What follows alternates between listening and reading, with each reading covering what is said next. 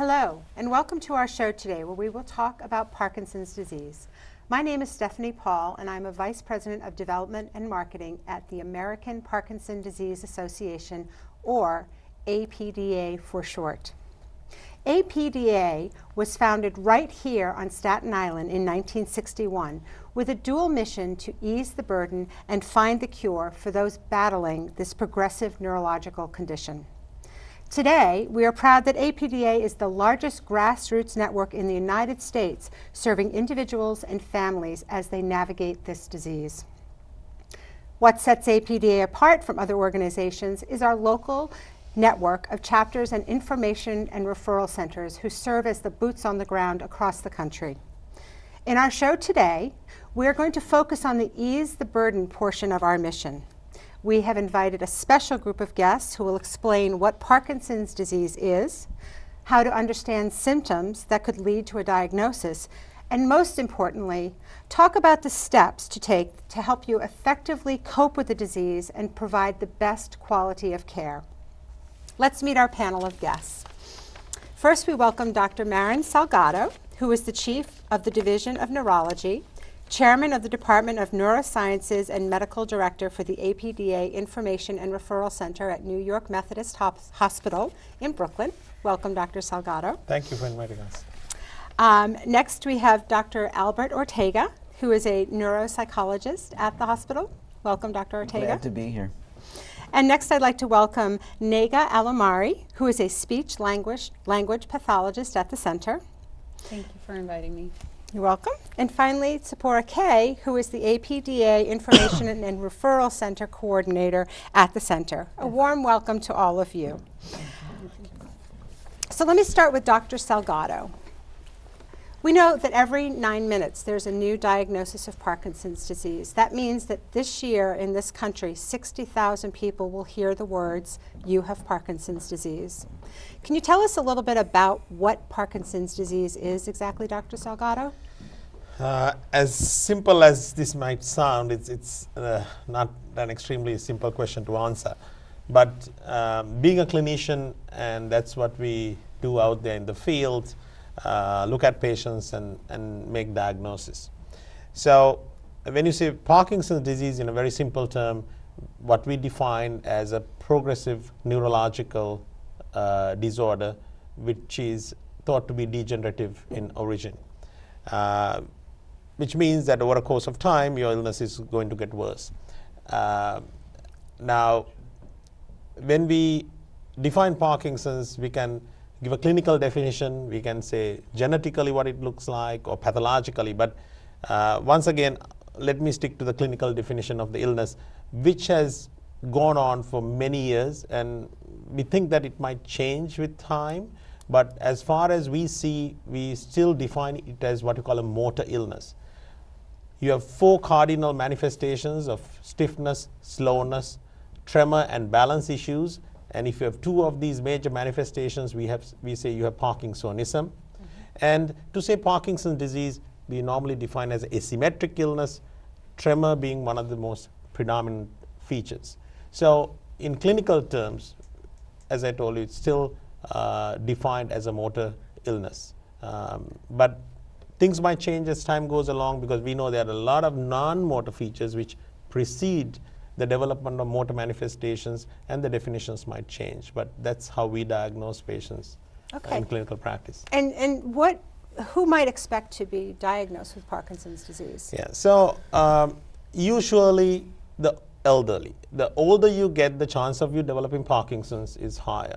If 6% of the population who have Parkinson's are under the age of 40, so that means 94% would be over the age of 40 who have Parkinson's disease, and the incidence would increase with age.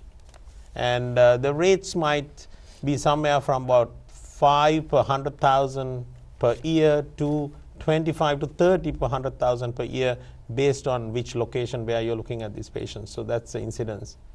So if someone thinks they might have Parkinson's, like how would that manifest itself? What would be something, you know, that you would think, okay, maybe I'm somebody who is having Parkinson's disease?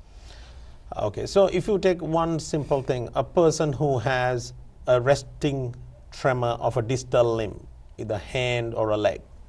In the absence of being on a medication or anything else, there's a good chance if you have resting tremor that it might be Parkinson's, or somebody who presents with stiffness or slowness more on one side than the other side, it might be Parkinson's. So a lot of patients present with tremor as a major manifestations, or saying, I'm not moving one side well, or I'm moving very slow.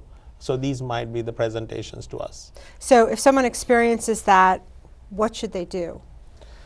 Well, obviously, you like to get medical help, see a doctor and confirm your diagnosis, what you have. I would encourage them seeing a neurologist, and maybe they might think that you might want to see somebody who has a special interest in movement disorders. In the initial stages, may or may not be all that important to see somebody with special training, but it clearly helps later on. So what if somebody, experiences a tremor or has some concern and they just say, I don't want to find this out? Is it better for them to go find it out, or what would be the best course of action? I think it's always better not to live in kind of denial. It's better to know upfront what you have. Then you will be much more interested in doing the best.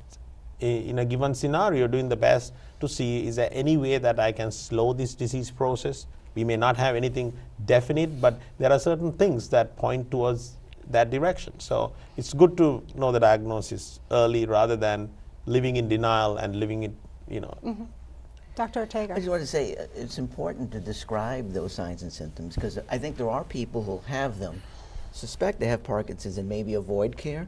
There's a whole set of other individuals who have those symptoms and think it's something else. So I met a gentleman who had a tremor, and he thought, well, maybe he was using his power tools too much.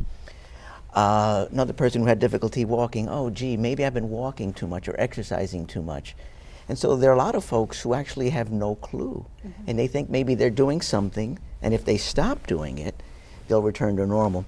So to create this kind of awareness with the signs and symptoms, I think is important. Okay. Yeah. Sometimes it also gets more muddled because there are a lot of Parkinson's patients who have orthopedic or joint manifestations. People might start with a frozen shoulder, which we know is quite a common early manifestation even in Parkinson's patients, and then they keep on focusing on the pain of the shoulder and think, no, this is a rheumatological condition. We have learned over time that there are just like rheumatological manifestations, and I have many patients, some of them even physicians, who have said, no, I have arthritis, it's all from that, because we get these other manifestations we occasionally see in Parkinson's patients, in addition to the stiffness and the slowness and tremor, which might just throw us off. So, and because of that, we get confused at times. Well, is there a specific test that can be given to determine whether or not someone has Parkinson's disease? Unfortunately, there is no one specific test you can say, okay, you do this blood test, and if it comes out, you have Parkinson's. For years, it was a clinical diagnosis. It still remains clinical, but we have more tools available from imaging point of view, and a lot of research, and obviously we are going to discuss at a different time. Most of the research activities on biomarkers, whether they are clinical biomarkers or other forms of biomarkers, are to make this diagnosis kind of more certain. But we clearly DAT scans have come about, which looks at what you call the dopa transporter, which basically looks at the amount of dopaminergic neurons available. So we have a little bit more specific tests we can do. Even they are devising things like MRIs, looking at the substantia nigra, and other areas of the brain, and PET scans. So, but these are really not, I think you have to take all that in a clinical setting and use your tools, what you have. Okay. Well, we want to talk about the work that you do at New York Methodist Hospital and the American Parkinson Disease Association Information and Referral Center, because the thing that's unique about the program at New York Methodist is the comprehensive care that your team provides. So I think we'd like to talk a little bit about how that works. A patient experiences a tremor, comes in, is diagnosed with Parkinson's disease, and if you could talk to us a little bit about how your team works with a patient, and not only a patient, with their family, to help them navigate through the disease to have the best care and the best quality of life that they can possibly have? I think it starts with Tziporah. Yeah, I was going to say. And the calls come to her, and Okay. I think she should Yeah, so probably sometimes tell. it's patients that haven't called me because they've been sent by either the APDA or Partners in Parkinson's. It's just, they've heard about Dr. Salgado or Dr. Victor, our other movement disorder specialist, through other avenues. And either way, I meet them on that day that they see our movement disorder specialist for the first time. And we set up whatever tests Dr. Salgado has prescribed for them, and we set them up with each of our clinicians. So they see speech, neuropsych, and physical or occupational therapy. Okay. Based on their symptoms, or even sometimes we like to give them a baseline so that we know where they're going, where they how they've progressed, and they get set up with that, and then I follow up every few days and then every few months to make sure that everything's good, that they're getting the care that they need, that they have their medications, that they're seeing their neurologist on a regular basis, because that's definitely an important part. You want to make sure you follow up and have your medication regimen correct, because especially with Parkinson's, it's extremely important to have a medication regimen that works for you.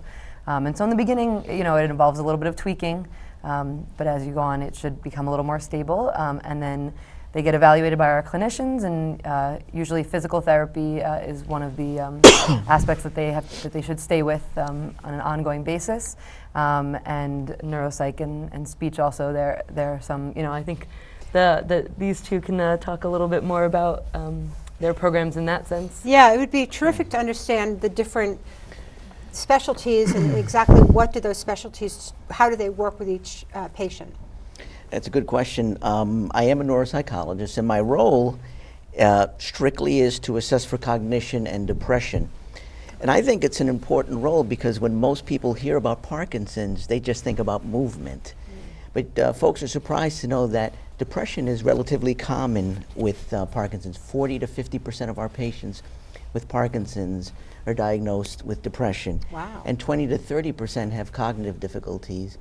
And folks are often surprised to learn that. So one of the things a neuropsychologist will do will be to assess for those things and put that information in the able hands of Dr. Salgado and Dr. Victor, our other specialist, who will integrate that information for diagnostic purposes. And then hopefully with some of this information, it could lead to interventions. So for depression, I know Tziporah provides support groups for our patients, and if the patients are not cognitively impaired, we refer out for psychotherapy.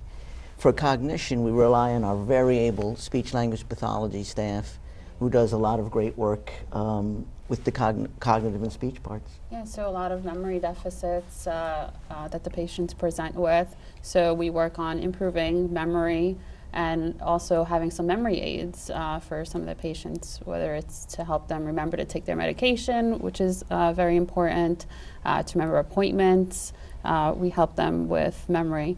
Also, we help them with speech and language and with swallowing. So about 70% of patients with Parkinson's actually develop speech or swallowing difficulties. And so what they may present with is reduced intensity when talking. They might have hesitations when they're speaking. And so we have programs like LSVT or LSVT-X, which is a 2-time-a-week program where they come and see us and they work on their intensity. And that's been very beneficial for patients. And with swallowing, unfortunately, patients aspirate, patients with Parkinson's silently aspirate. And so that means that food or liquids go down the wrong way, and that can give them upper respiratory infections. And so we work on it with people with Parkinson's to improve their swallowing and have them on the least restrictive diet, which is very important for quality of life. So can you explain a little, you said LSVT, what does that stand for? It stands for the Lee Silverman Voice Treatment, and it's a program that was designed specifically for people with Parkinson's. And it's a intense program, but it's twice a week. We have the LSVT-X, which they come to us twice a week for about 4 weeks or more if need be. And it's for people with Parkinson's, I've at the end of the program, they're just able to talk on the phone again or do things that they've been avoiding for a lot of time, and they love it. They're great. You know, I have a patient who just recently said, I'm giving services again, you know, and I used to love doing that, and I stopped doing that because of my speech. And so is it, are there exercises that they're performing both from the speech perspective and the swallowing perspective? So there are exercises they do in the speech office with us, and then there's an intense homework assignment too. We have LSVT companion, which we let them do in the office, but also a homework companion, which they take home and practice at home. And with the swallowing exercises, first we do an instrumental exam to see why is the patient having difficulty swallowing. And once we find out why, we can work on how to get the patient stronger. So one of the things about Parkinson's disease that I know is that it's different for everybody. So can we talk a little bit about that? And you know, I think people might think, just as we said, associate Parkinson's with tremor or rigidity, but a little bit about the progression and what someone might expect or not expect depending on when they're diagnosed. Let me precede the diagnosis of clinical motor Parkinson's. Number of patients would present with sleep problems, particularly REM behavior disorder, where you act out your dreams, where normal people are paralyzed. So this is considered in the so-called preclinical phase. Years before you develop Parkinson's, you might have REM behavior disorder. You might have constipation. As you mentioned, depression, common manifestation even before you develop the motor manifestations. But these might even occur at the time you have the motor manifestations and continue to have. In addition, while you're on Parkinson's and medications, they might experience what you call motor fluctuations. Times when medications are working and they're moving to being stiff, and also having involuntary movements, which are called dyskinesias. So all of these kind of affect their day-to-day functioning. So you can have other manifestations such as sexual issues. We discuss about speech and swallowing issues, and in addition to the motor manifestations. I think I do tell one other very important thing is the role of exercise in Parkinson's, which we forgot to mention because one of the, we are not represented here by our physical therapy and occupational therapy team. And I consider it personally as well that this is one of the most important aspects is a regular exercise regime. And about a few years ago, we took all the evidence towards various types of exercises. In fact, we managed to write a review article on this, and we incorporated the exercises we thought at that time would benefit Parkinson's patients, and formed our own exercise regime for them. And they used to come and we used to teach them, and they used to go and even do it themselves at home. Since then, there are other known exercises such as the BIG program, and we have therapists who are certified in BIG, which is pretty much interpolating your LSVT concept to the motor aspect and saying do wide amplitude movements at a quicker pace, and these might help. And we know what kind of exercises usually would help Parkinson's patients. And then what are the other things such as Tai Chi would improve balance. I mean, these have number of studies which have been done, so we know that this is important. So I just want to not forget that aspect. Yeah, I think that's very important. I mean, I think I've had the great pleasure of going to New York Methodist and seeing for myself, how different it can be for someone with Parkinson's disease to come to a comprehensive care center where it really is one-stop shopping.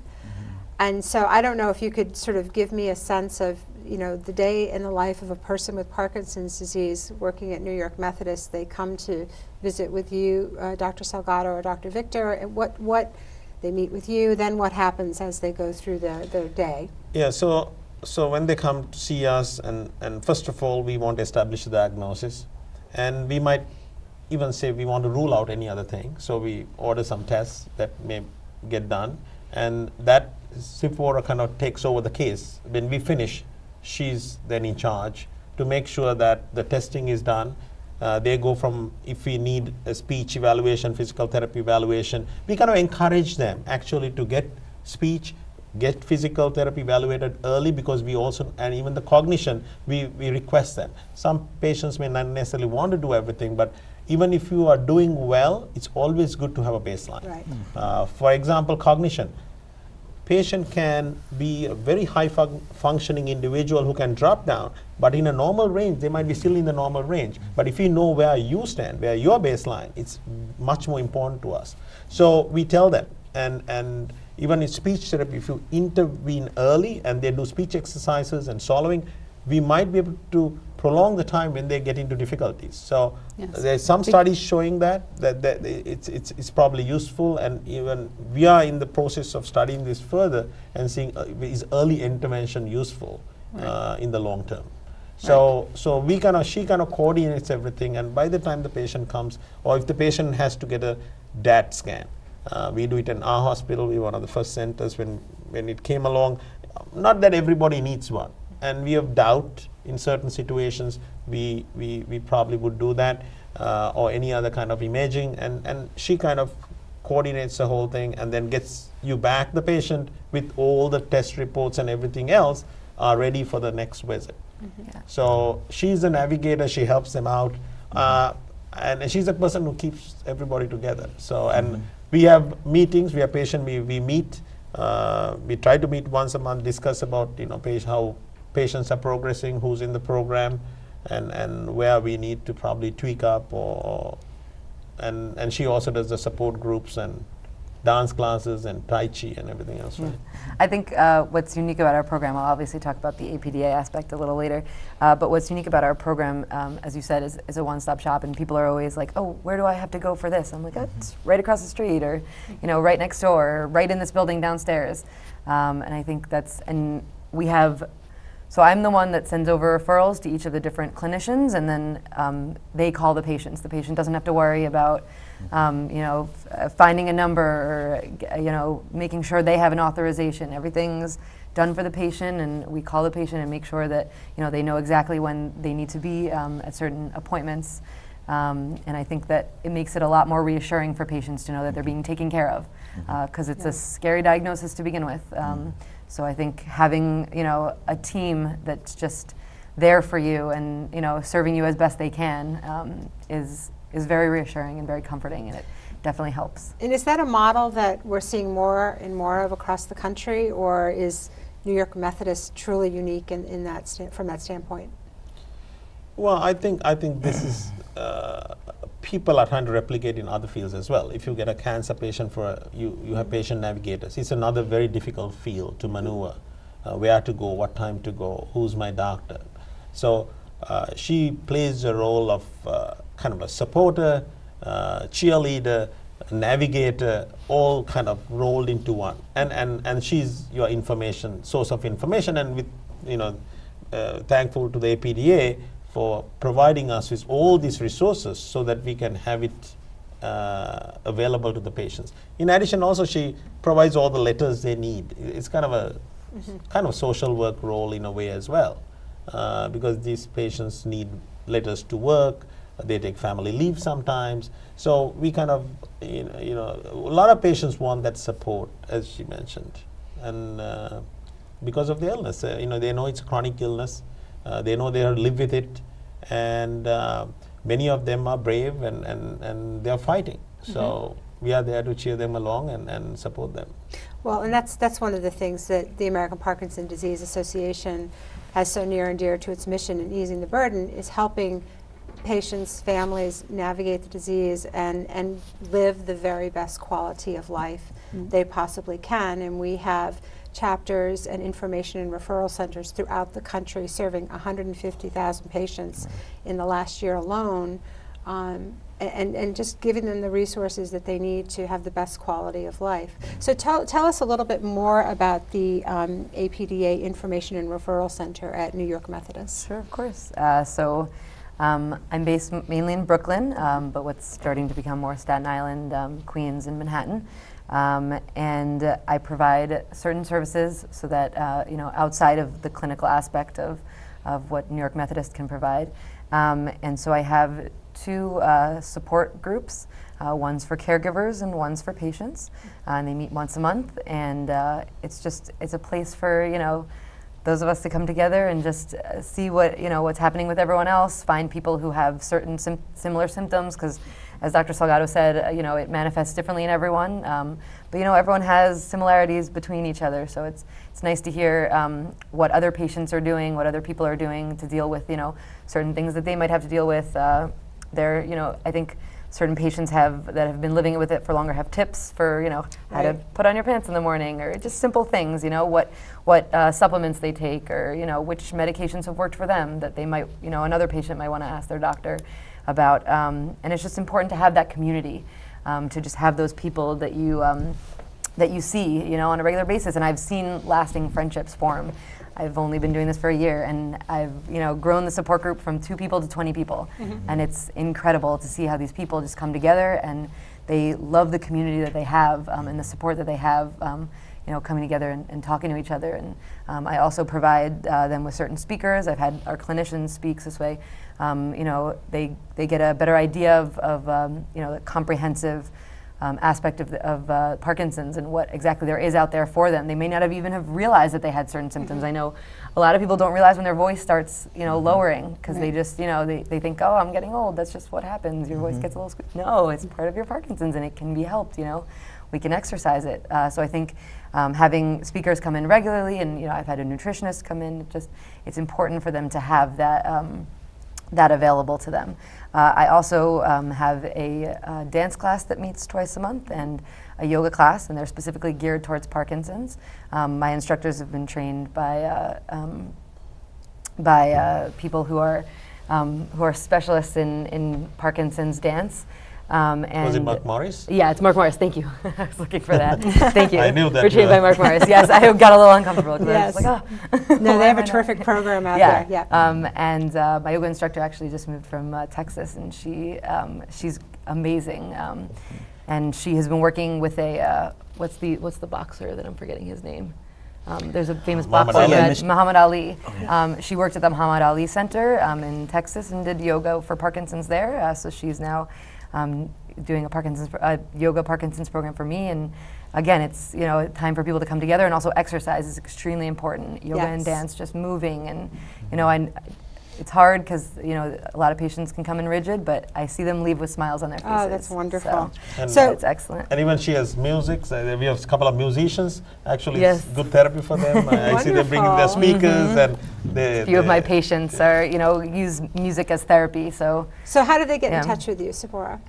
So I have a number that they can call, and the number. I have the number for you. Exactly. So it's 646-704-1792. Yeah. And again, thank you all for being here today. We have to wrap up, but you have a wonderful program at New York Methodist Hospital, and we're so honored to have you here today. If you have any information you would like to try and get from the American Parkinson Disease Association, visit us at www.apdaparkinson.org, or you can give us a call at 718-981-8001. Thank you very much for being with us today, and thank you everybody for joining us. Appreciate it. That was really terrific.